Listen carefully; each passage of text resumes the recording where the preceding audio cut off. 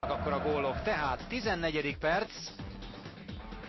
Boka oda passzolja a labdát Schweinsteigerhez, aki kilövi a hosszú sarkot.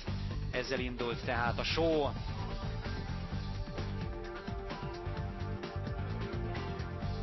Hihetetlenül nagy gól.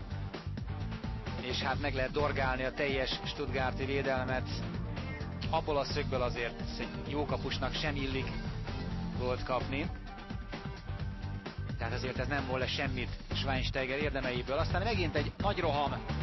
Toni teszi vissza a labdát. Ezt már csak be kellett pöckölni. Ribéry 0-2. Mindössze 2 perccel az első gól után. Ribérytől indult az akció. De Roberto, aztán Toni.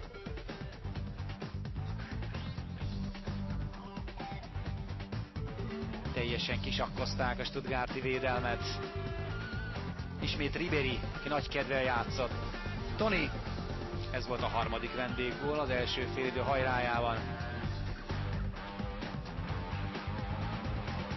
Hiába vannak létszámfölényben a védők. A lehető legjobb ütemben lép ki az olasz fiú. Szinte rávarázsolták a labdát a lábára. És ugye még az is belefért, hogy nem sokkal korábban Ribéry, aki itt is varázsolt, kihagyott egy 11-est, gyengén Lehmann kezébe emelte a labdát. Szóval ennyi volt az első félidő, aztán jött a második. Először egy stuttgarti kapufa, aztán De Roberto lép ki öles léptekkel. Lehmann elkaszálja a brazilt, újabb 11-es.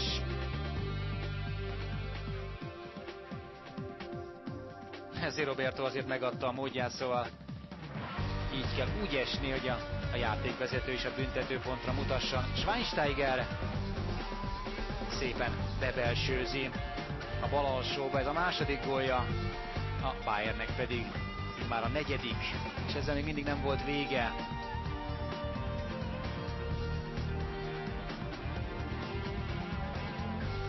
A Stuttgart rugott még egy kapufát, a Bayern meg rugott még egy gólt.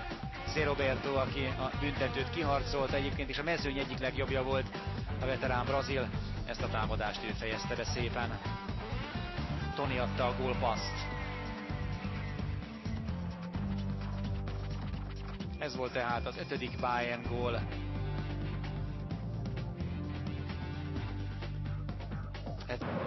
Lesz-e szépségtapasz? Már csak ez a kérdés. Remek fejes lesz! Lesz, igen! Gomez. Nincs kedve örülni. Futott hozzá Lanig, és odaütött, ahova nem kellett volna. Lanig fejelte le a labdát, oda pattant Gomez elé, aki valahogy bekotorja.